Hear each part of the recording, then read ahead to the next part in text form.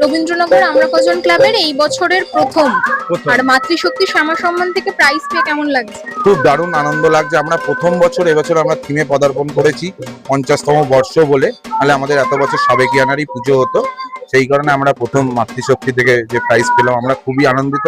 আমাদের ক্লাবের তরফ থেকে ওনাদেরকেও অসংখ্য ধন্যবাদ জানাই। আমরা গর্বিত খুব ফিল করছি। একদম। এই যে থিমটা হয়েছে, থিম বিষয়ে কিছু বলুন।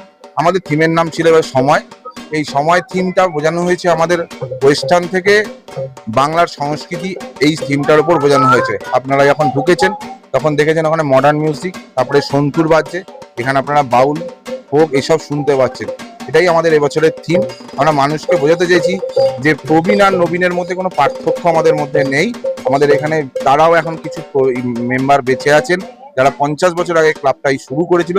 সেই চিন্তা ভাবনা করে আমরা শিল্পীর সাথে কথা বলে এই থিমটাকে আমরা মানুষের দর্শকের সামনে আপনাদের সামনে প্রতিস্থাপন করেছি। তাই আমাদের এবছরের এই সময় আর কি থিমটা।